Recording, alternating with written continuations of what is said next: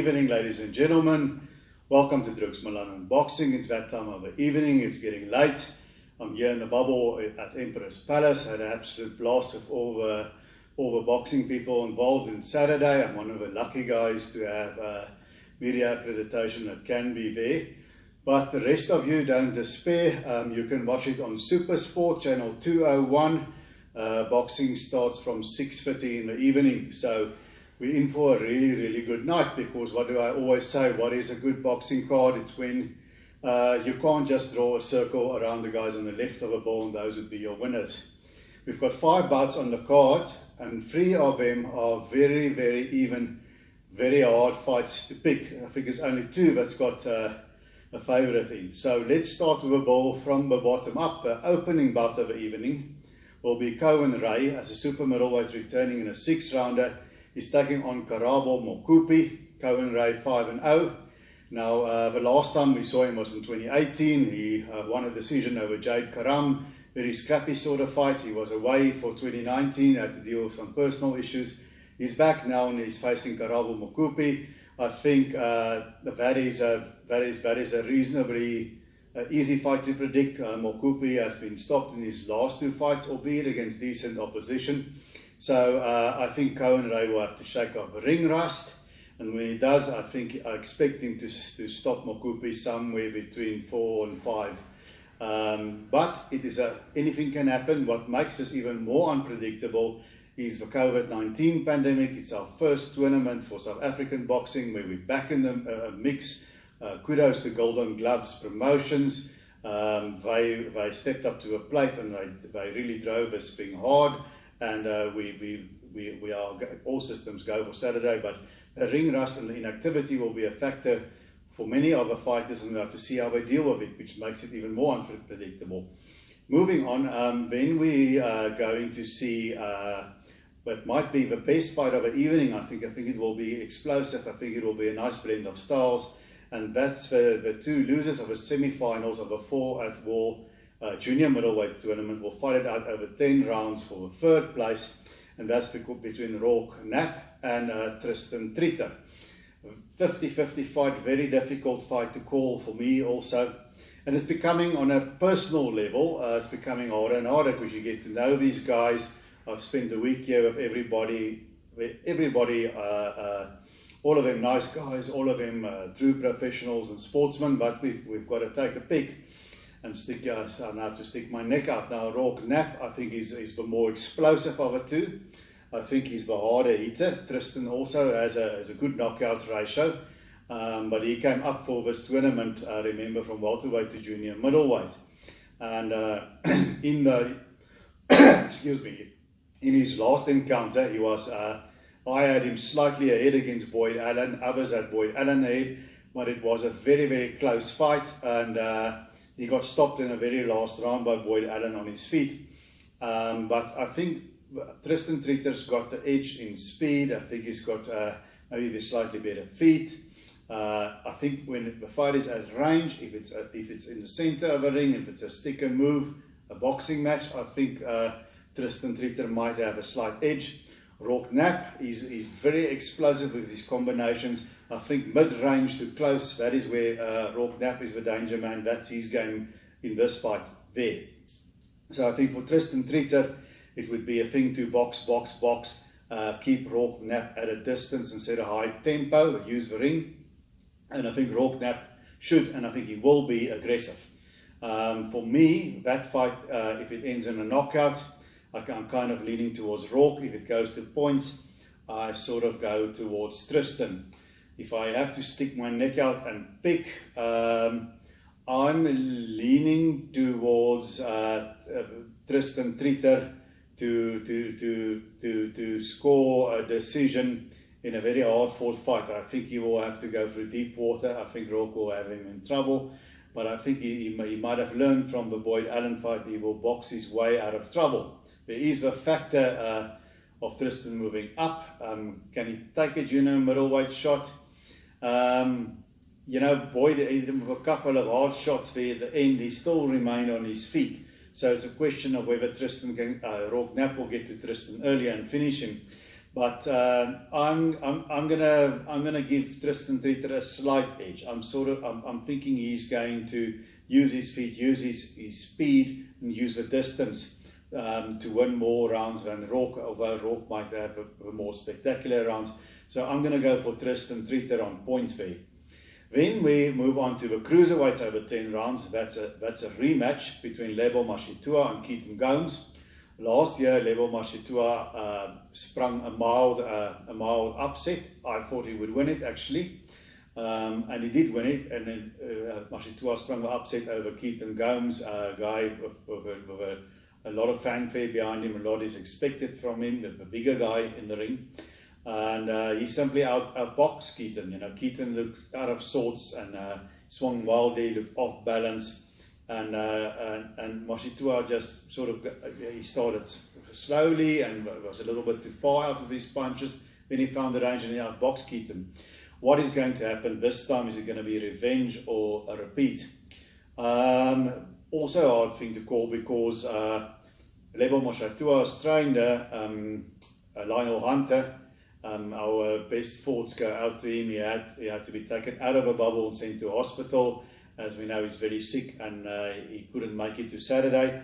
So he will be Lebo will be cornered by Sebastian Rothman with Tamarin Gaynor assisting.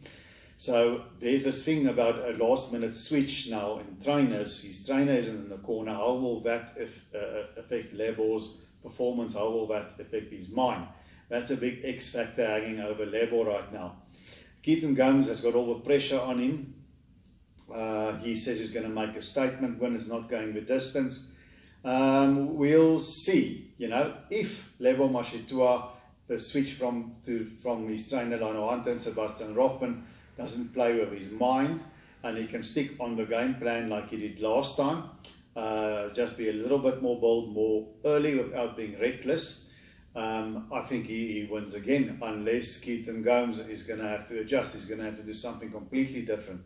I just think, to me, Lebo has always looked like a more fluid, smoother boxer than Keaton. He's lost a split decision to Chris Thompson, but in that fight he also had a few good rounds where he did things well. But then he loses concentration and he gives away some rounds. He just stops punching. So in his last fight with Gomes, he looked like he had that under control. He stayed on point for the 10 rounds mostly. And I think if he doesn't revert to his old ways, if the trainer switch doesn't affect him, I'm still sort of leaning towards Lebo Mashitua to outbox Keaton Gomes again. But Peter Smith, Gomes' trainer, is a clever guy. He might have worked a different game plan. In fact, I'm sure he would have. Whether Keaton Gomes can execute is a question. But I'm going to go with a chalk there. I'm going to go with Lebo Mashitua to have a repeat, to win another decision. Okay, then we move on to the next one. That's one of our bright rising stars in South Africa. Many people, including myself, have compared him to Cassius Berloy because he's from Limpopo. He's also a tall, rangy guy. Good amateur record. Ex-Commonwealth Games bronze medalist, Jabulani Mackenzie. He's 9-0 and he's quite seasoned. He had some tough opposition. He's basically a stand-up boxer. He sticks behind the jab and he outboxes you. And he's taking on Eric Kapia from the DRC. He's now been based for a couple of years already in South Africa. Now Kapia, I think he's got 22-1 record, something like that, but only 4 knockouts. So what is Kapia going to do? He's not going to knock. I can't see him knocking out Jabulani, so that's not going to happen. So Kapia will, if you don't have a power and you're not necessarily the best boxer, then you have to make it a fight, but you have to be busy to win the rounds on points. So Kapia is going to have to crowd Mackenzie, going to have to stay on him like Marius Matambo did in their fight, and just be busy, work to try and grind him down and outwork him over 10 rounds. But I can't see that happening. I think Jabulani Mackenzie is a little bit special. So this is one fight where I think there's a clear favourite. So I'm going for Jabulani Mackenzie to outpoint Eric Kapia. Kapia has only been stopped once by Tools Mbenge, Tulani Mbenge. Mbenge, we know, has got heavy hands, but that was in his first fight in South Africa. It's been many years back. Sebastian Rothman has said that he wants Mackenzie to throw more punches, 5, 6, 7s, lots of combinations, and try and get the guy out of it. It will be very interesting to see if Mackenzie can do that, if he's going to try and do that. He just says he's going to win. Mackenzie is sort of a very laid-back, cool cat. That would be impressive, but I'm going to go with a chalk once again. I think Jabulani Mackenzie wants a clear decision. And then we go to the main event of the evening, which is, of course, the final for the 4-at-War Junior Middleweight Tournament between Boyd Allen and Brandon Tyser. Now, these guys have fought before in 2019. It was a very close fight. Boyd Allen won a split decision. Boyd was then in his typical switch-hitting MMA-like fighting mode. In the 4-at-War tournament, he was a much more orthodox boxer, stayed in an orthodox stance, and eventually he got the better of Tristan Treater in a very hard fight. Now, it's an open question which Boyd shows up Saturday night. You know, I've asked it to Peter Smith as well, and of course he can't answer me because, you know, you can't let the cat out of the bag before the fight. And somebody in the boxing community, a well-known trainer, also told me, you know, if Boyd boxes his more conventional boxing style, I thought he looked much better, but it could be also my own bias. You know, it was a more attractive style to me. I struggled to get to grips with the switch-hitting style. Very few people do it well. Prince Nassim Ahmed, Tyson Fury, not a lot of others. So it could be my own bias, but this person told me that if Boyd goes back to that switch-hitting style, it's going to be too confusing for Brandon, and he's going to win the fight. But if he boxes the orthodox way, Brandon will figure it out and overwhelm him. And of course, Damien Durant, Brandon's trainer, and Brandon himself says they're prepared for everything. Now, both looked like improved fighters to me. Brandon Tyser has got a great jab. He's got a nice uppercut, and his confidence is at an all-time sky-high level. You can sometimes just tell in a fighter. Boyd, it's hard to tell. He's a very nice guy, and he's very sort of chilled out, like a real martial artist. You know, he's sort of a Zen-like character. So it's hard to tell with Boyd, but Brandon, you can see he's mentally he's on a high. So the biggest thing for him is he shouldn't get overconfident and go after Boyd too early, because Boyd is a good counter puncher and he knows how to land that lethal 1-2 strike or just a single shot. That comes from the MMA thing also a little bit. So it's a very hard fight to call. Only thing that will surprise me is if either one blasts out the other early, or one of them just dominates the other guy and wins clearly. That would surprise me. I can see Boyd catching Brandon and stopping him. I can see Brandon maybe stopping Boyd late. I can see either winning a decision. But we got to make a pick here, you know, and I think for Boyd Allen, he's got to be on it from the beginning. He's got to take that confidence of Tyser a little bit down, and I think he needs to just up the work rate a bit. He likes 1-2-3, 1-2, and in his last fight with Tristan, and Tristan was sort of pushing him out, then he exploded with a combination. I think I would like Boyd to do a bit more of those combinations. And look for the counters when Tyser opens up. Then I can see him catching him with something. Tyser, for his part, do what he did against Rob Knapp, and I think what I saw in the Tristan Treater fight, there were a few low blows, but not all of them were low. And I suspect Boyd doesn't like it in the body. So if I'm Brendan, you know, box behind the jab, but put those right hands and those left hooks to the body ever so often, I would definitely give that a shot. So who is going to win?